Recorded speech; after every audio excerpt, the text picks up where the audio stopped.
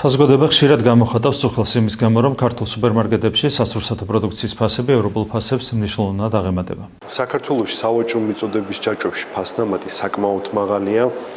პროდუქციის თვითღირებულებიდან დახლამდე საშუალო ფასნამატი დაახლოებით 90%-ში ადგენს. საქართველოსა და საფრანგეთში ერთი და იგივე საერთაშორისო ბრენდის ქსელურ მარკეტებს შორის ფასები რომ შევადარეთ, საქართველოში კონკრეტული მარკის წესუმძირის ზეთი 34%-ით, მაკარონი 97%-ით, ბრინჯი 180%-ით, კარაქი 30%-ით, ყველი 42%-ით, ხოლო შოკოლადი 47%-ით ძვირია. ფასებს შორის სხვაობას განაპირობებს სადისტრიბუციო კომპანიებისა და მარკეტების მაღალი ფასნამატი, რომელიც საქართველოს საზღვრიდან დახლამდე საშუალოდ 86% შეადგენს. ამ მიმართულებით პრობლემები ნამდვილად არსებობს და ეკონომისტები, სპეციალისტები ამ მიმართულებით ძალიან ბევრი წლის განმავლობაში საუბრობდით და მიუთითებდით ისეთ პრობლემებზე, როგორიც არის მაგალითად დახლებზე განთავსების საფასური, რომელიც საკმაოდ მაღალ, ასე ვთქვათ, მარჟას ინარჩუნებს, მით უმეტეს მცირე ბიზნესისთვის. დასტურებული კვლევა არის თბილისის კაპიტალის და გავატენ თაგარცის ორივე ერთ-ეგივე სიძახით.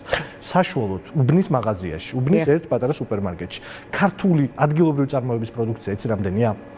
5% არის მხოლოდ ის, რასაც თქვენ ჩვენ ხედავთ დახლებზე, ჩვეულებრივ მაღაზიაში ადგილობრივი წარმოებით. თანხას ახდევინებენ, ეს თანხა გაყინულია, ანუ ხელშეკრულებაში იდება, რომ თუ ის კომპანია გავა ქსელურ მარკეტში შეიტანა. ბატონო, ქსელიდან როდესაც გავა ამ თანხას უკან დაუბრუნებენ, მაგრამ პირველადი რაღაც თანხა გარკვეული პერიოდის განმავლობაში ეს იყო 15,000 ლარი, უნდა შეეტანა მეწარმეს იმისთვის, რათა მისი პროდუქტი უბრალოდ დახლზე აღმოჩენილიყო და მცირე მეწარმისთვის დამერწმუნეთ, რომ ეს საკმაოდ დიდი თანხაა. იმ პერიოდში მით უმეტეს კიდევ უფრო დიდი თანხა იყო. საქართველოში კონკრეტული საცალო ქსელების წმინდა მოგების მარჟა 7, 8 და 14%-იც გია, როდესაც ევროპაში მათი წმინდა მოგების მარჟა საშუალოდ 2%-ია.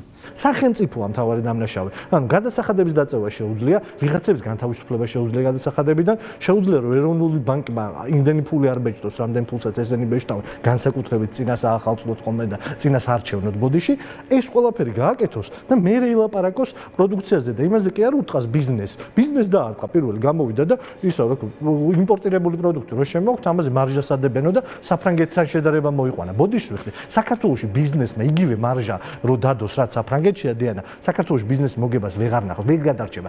პროდუქცია ფასნამატი და მიმწოდებლისთვის დაგესრებული ფინანსური ტვირთი იმდენად დიდია, რომ ქართული მწარმოებლებისთვის ხშირად უფრო მომგებიანია საკუთარი პროდუქცია არა ქართულ მარკეტებში გაყიდონ, არამედ საზღვარგარეთ ექსპორტზე გაიტანონ. ამიტომ არის რომ ხშირად ქართულ მარკეტებში მრავლად ნახავთ ისეთ უცხოურ პროდუქტს, რომელიც ქართულ კომპანიებს საზღვარგარეთ გააქვთ. ეს სერიოზული პრობლემაა, რადგან სახელმწიფოს ინტერესი პირიქით ქართული წარმოების სახალისება და იმპორტის მაქსიმალურად შემცირება. აქტიურად ვიმუშავებთ სადისტრიბუციო კომპანიებისა და მარკეტების ქსელების წარმომადგენლებთან, რომ ჩვენი თანამოქალაქეებისთვის ფასების შემცირებას მივახციოთ. საჭიროების შემთხვევაში ამისათვის სხვადასხვა ქვეყანაში აპრობირებულ ანტიმონოპოლიურ მექანიზმებსაც გამოვიყენებთ. თითქოს ერთი შეხედვით ოპოზიციისათვის ერთ-ერთი მთავარი მოთხოვნა უნდა ყოფილიყო, რომ ფასები იყოს სტაბილური ან იაფი და ასე შემდეგ. როგორც კი ხელისუფლებამ დაიწყო ამ საკითხთან დაკავშირებით საუბარი, მაშინვე ეგრეთ წოდებული კრიტიკის ნიაღვარი წამოვიდა. ეს კიდევ ერთხელ მიგვანიშნებს ჩვენ იმაზე, რომ ამ ოპოზიციის გაცხადებული მიზანი არის ეგრეთ წოდებული რევოლუცია. ამიტომ ყველაფერი ის, რაც რევოლუციას არ უწყობს ხელს, არის მათთვის მიუღებელი და რა თქმა უნდა, ეკონომიკური წინსვლა, ინვესტიციების მოზიდვა, ცხოვრების პირობების გაუმჯობესება, მათ შორის პროდუქტებზე შესაძლო ფასების გაიაფება არ შედის ამ ოპოზიციის ინტერესებში. გარდა ამისა, მოუწოდებს სამართალდამცავ უწყებებს სიღრმისეულად შეესალონ საკითხი და დაადგინონ ხომარი კვეთება კონკრეტული სუბიექტების საქმიანობაში სისხლის სამართლის დანაშაულის ნიშნები. ასევე მინდა ვთხოვო საქართველოს პარლამენტს შექმნა საპარლამენტო კომისია, რომელიც საკითხის შესაფასებლად შესაბამის საპარლამენტო ბერგეტებს გამოიყენებს. სახელმწიფო უსაფრთხოების სამსახური იწყებს თავის კომპეტენციის ფარგლებში საკითხის დეტალურ შესწავლას და შესაბამისი მკაცრი სამართლებრივი რეაგირება მოყვება ნებისმიერ ისეთ მართსაწინააღმდეგო მოქმედებას, რომელიც ზიანს აყენებს საქართველოს მოქალაქეთა ინტერესებს და ჩვენი ქვეყნის ეკონომიკურ უსაფრთხოებას.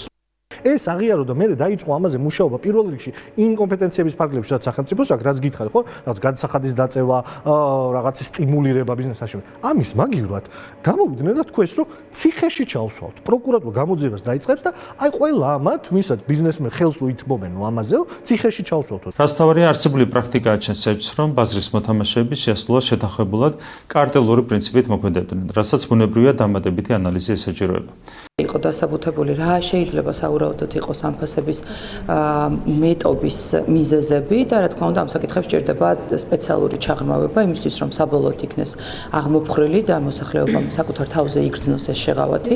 ამისთვის პრემიერ-მინისტრმა დაავალა როგორც საგამოძიებო უწყებებს დაინტერესდნენ იყო თუ არა რაიმე კანონდარღვევა და რაც თავარია პროცესი ასევე გაგრძელდება პარლამენტში საგამოძიებო კომისიით იმ კომისიით რომელსაც უნდა შეისწავლოს და საჯარო განხილვები მოაწყოს ამ საკითხთან დაკავშირებით. ვფიქრობ, რომ ძალიან მალე კონკრეტულ შედეგს მივიღებთ ამ ყველასთვის ალბათ საჭირო საკითხზე.